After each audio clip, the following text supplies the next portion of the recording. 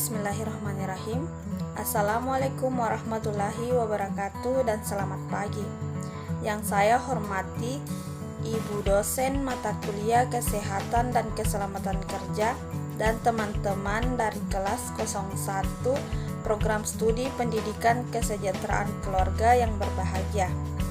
Pertama-tama, marilah kita panjatkan puji syukur kepada Allah Subhanahu wa Ta'ala yang telah memberikan rahmat kesehatan dan keselamatan bagi kita semua.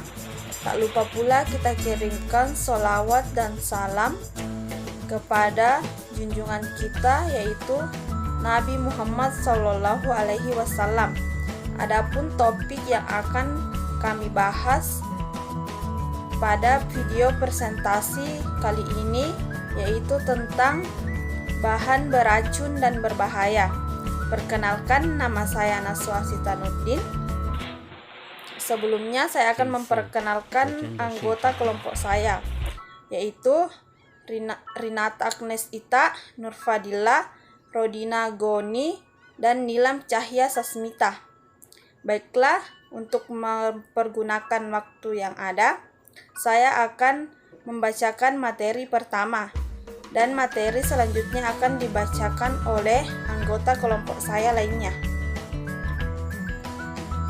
Bahan beracun dan berbahaya merupakan zat, energi, komponen lain yang karena sifat, konsentrasi, dan jumlahnya baik secara langsung maupun tidak langsung dan mencemarkan dan merusak lingkungan hidup, membahayakan lingkungan kesehatan, serta kelangsungan hidup manusia dan makhluk lain.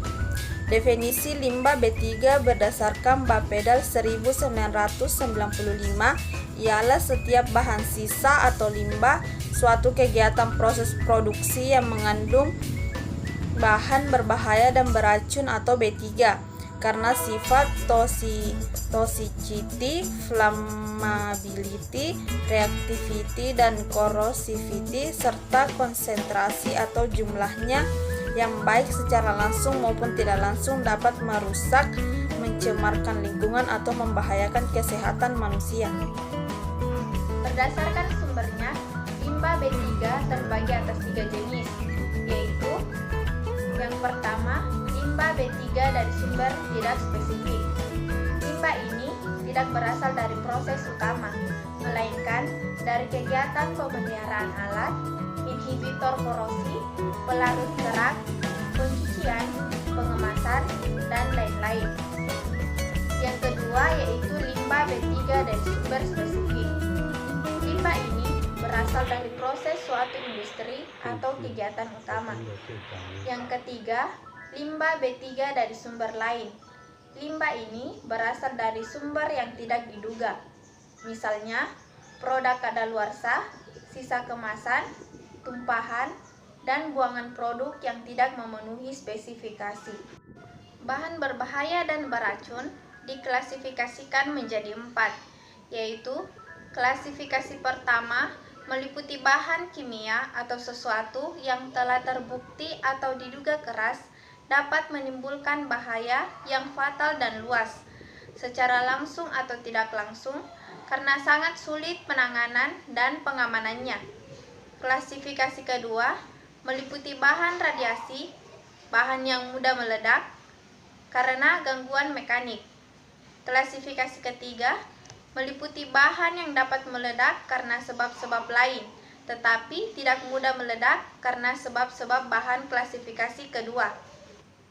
Klasifikasi keempat yaitu bahan beracun dengan LD 50 di atas 500 mg per kg, serta bahan pengoksid sedang, bahan korosif sedang dan lemah, dan bahan yang mudah terbakar.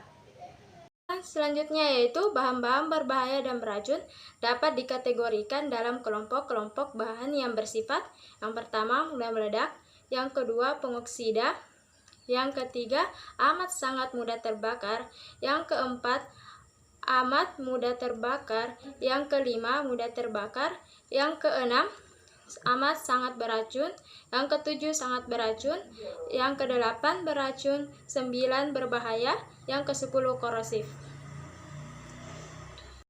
Materi selanjutnya tentang strategi pengelolaan limbah B3. Yang pertama, reduksi ilmiah. Yang kedua, pengemasan. Yang ketiga, penyimpanan. Yang keempat, pengumpulan. Dan yang kelima, pengangkutan. Keenam, pemanfaatan. Ketujuh, pengelolaan limbah B3. Dan yang kedelapan, penimbuhan limbah B3. Pengaruh limbah B3 terhadap makhluk hidup.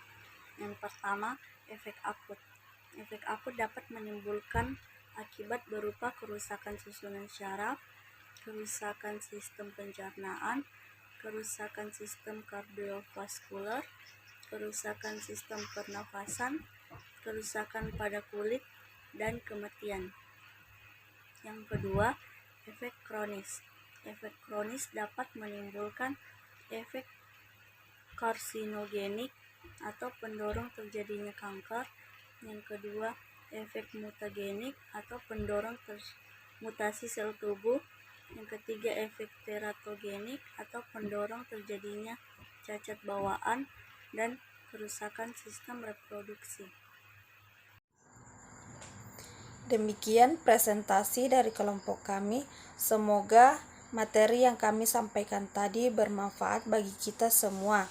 Saya perwakilan dari kelompok 5 meminta maaf bila ada kekurangan dan terima kasih untuk perhatiannya. Wassalamualaikum warahmatullahi wabarakatuh.